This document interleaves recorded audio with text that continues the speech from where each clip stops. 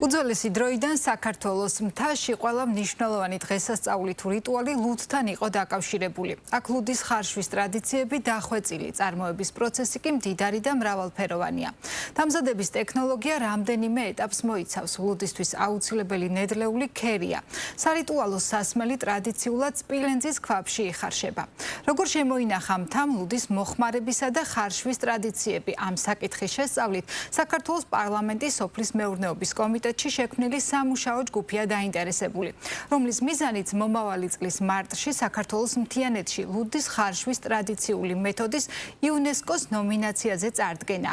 ამისთვის კონკრეტული გეგმაა გაწერილი, ჩატარდება სამეცნიერო კვლევითი ექსპედიციები, მომზადდება ფილმი და სამუშაო ჯგუფი იმ ოჯახების ნუსხასაც შეადგენს, რომლებიც ლუდის ტრადიციული ხარშვით არიან დაკავებულები. იქამდე კი ვნახოთ მოამბე რეგიონების რეპორტაჟი ხევსურეთიდან.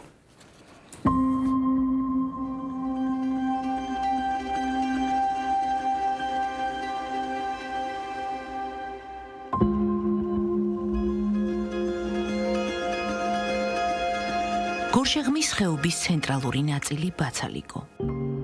ზღვის დონიდან 2200 მეტრზე ალპურ მდელოებზე გაშენებულ სოფელში, როგორც ხევსურები უწოდებენ, ღვთიური სასმელი, ლუდი უნდა მოიხარშოს. მთიანი რეგიონისთვის საკრალური, საკულტო, რელიგიური, კულტურული თუ სოციალური ცხოვრების უმნიშვნელოვანესი ნაწილი ძველი დროის მსგავსად ახლაც დღეობების აღსანიშნავად მზადდება. რიტუალებისა და წესჩვეულებების მთავარ შემადგენელ სიმბოლოს ხევსურეთში ტრადიციულად ათენგენობის დღესასწაულისთვის აყენებენ, რომელიც ყოველი წლის ივლისის თვეში იმართება. ხარშვის პროცესი ხანგრძლივი და თანმიმდევრულია. დაცულია ყველა ის კომპონენტი თუ პირობა, რომელიც სათავეს უძველესი დროიდან იღებს. ათენგენობის ძირითადი მასპინძელი არის დასტური, როგორც აღნიშნეთ, რომელიმე ხატის მეზღვნედან ირჩევა დასტურები, ჩვეულებრივი წილისყრის პროცედურა არის. ირჩევა ჩვენ შემთხვევაში 4 კაცი 2 წლით. როდესაც საქმე ეხება ხატს და ზოგადად რელიგიურ რიტუალებს და მათი შესრულების, ასე ვთქვათ, აუცილებლობას, საციცოცხლოდ მნიშვნელოვანია, რომ შესრულდეს ეს ყველაფერი.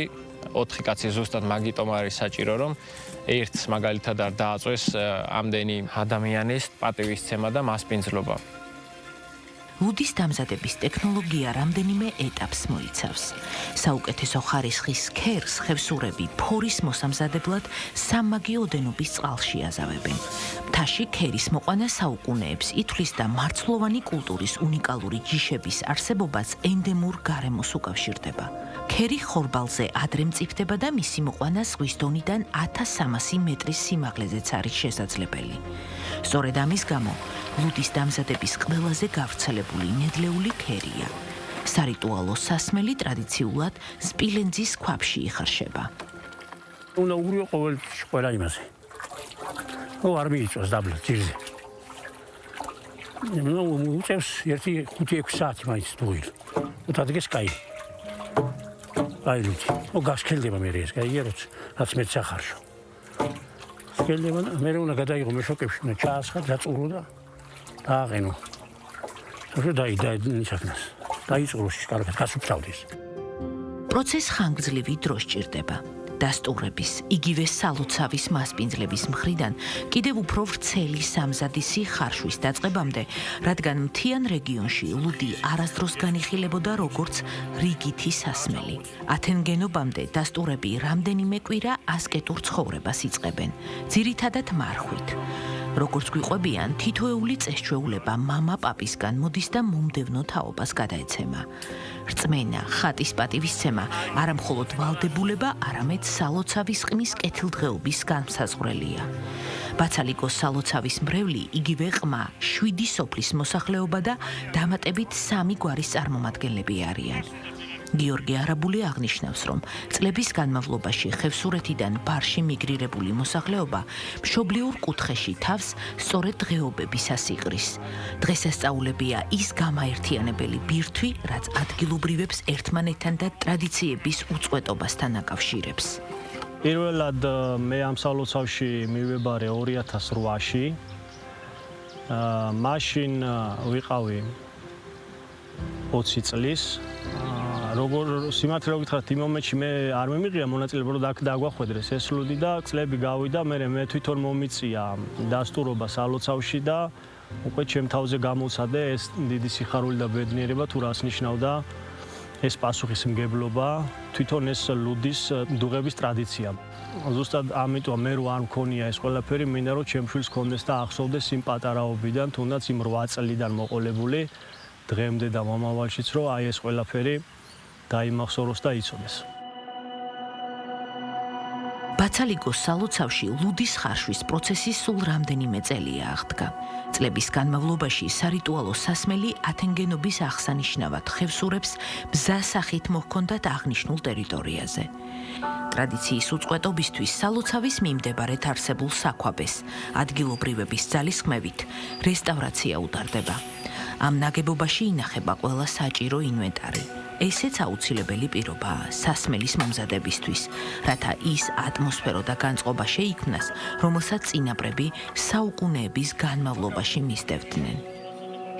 ეს ორდაყოფილი აქ ძირითადი სამზადისია ლუდი, ეს მეორე კიდე ხელოსნები, ვინც იყვნენ დეკანოზი, მაგანძური, ეს მედროშები, იმათ ის არის ძირითადი საწმიდო ადგილიც მეორე შენობა.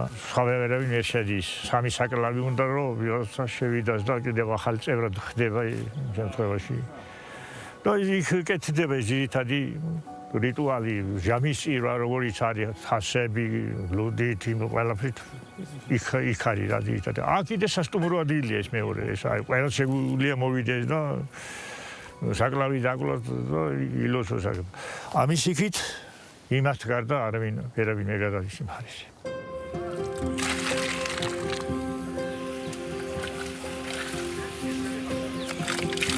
მორჩა მოკლედ ეს უღირს ეხა დავიწყებთ უკვე ჯვალოს მეშოკებში და დავიწყებთ გაწურვას. გაწურვის შემდეგ ხელმეორედ წამოდუღებაა საჭირო, რათა კონკრეტულ ტემპერატურაზე მოხდეს სვიის დამატება. სვია ლუდს სიმწარესა და არომატს აძლევს. ამებს ქვია საჭირავი.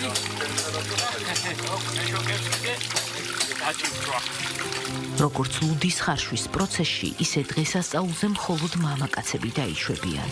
ასე იყო ოდითგანვე და ასე გრძელდება დღესაც. აი ხა მე სადაც ვზივარ აქ ქალებს, აი აქამდე შეუძლიათ რომ მოვიდნენ.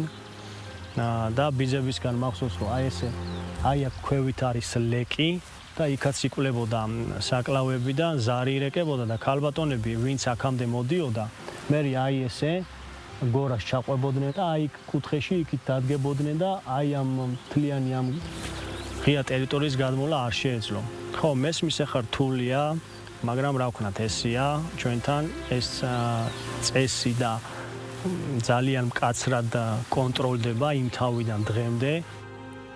სოფელ მაწმაუს ხუცესი გოგი არაბული გვიყვება, რომ ყოველწლიურად უფრო და უფრო ნელდება ინტერესი ახალგაზრდების მხრიდან სარიტუალო დღესასწაულების მიმართ. მიგრაციის დიდი ნაკადის გამო ხევსურეთში იკლო ხუცესების რაოდენობამ, რომელსაც ოდითგანვე თავად ჯვარი ირჩევდა. გოგი არაბული დაახლოებით 14 წელია სოფელ მაწმაუს ხუცესია. მისი შერჩევაც ხატის ნებით მოხდა. სიზმრები მქონდა რაღაცა რა ისეთი, რომ მიმანიშნებდნენ, ასე ვთქვათ. მაშინ იყვნენ ქადაგები. აი, დღეს როგორ ვთქვა, რაღაც განსაკუთრებული ხალხი რა. ხო და ისინი ირჩევდნენ, ასახელებდნენ ამათ. აი, ღმერთის და ადამიანების შუამავალი, ასე ვთქვათ. და ის კაცი იტყოდა, რომ აი ეს უნდა იყოს ხუცესი ამ სოფელში. ამ რაღაც მინიშნებები ქონდა. ეხლა აღარ არის, აი ჩემს გარდა არავინ არ არის ხევსურეთში, პირაქეთ ხევსურეთში ხუცესი. თორე ყველა სოფელს თავისი ხუცესი ყავდა. დაჟე ზოგ სოფელში ორი ხუცესიც იყო ერთდროულად.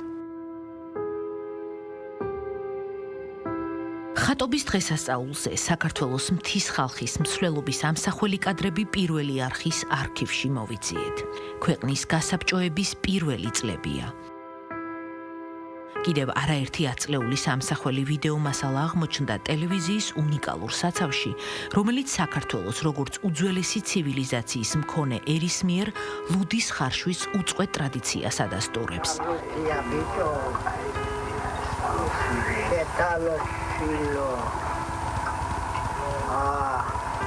ხალობდეს ლუდის მდუღეთ გასტურ მსახურს ამინ ამინ ის საცხალობა რა ლუდია ვიტო აი ლუდი გამოგშლია ხელისბერო ელას ხალობა მისას ლუდის მდუღეთ გასტურ მსახურს ამინ აგიმათ ძველი ბერძენი ისტორიკოსის ქსენოფონტეს ჩანაწერებში საქართველო იკითხება როგორც ერი, რომელიც ქერის ღვინოს ამზადებს.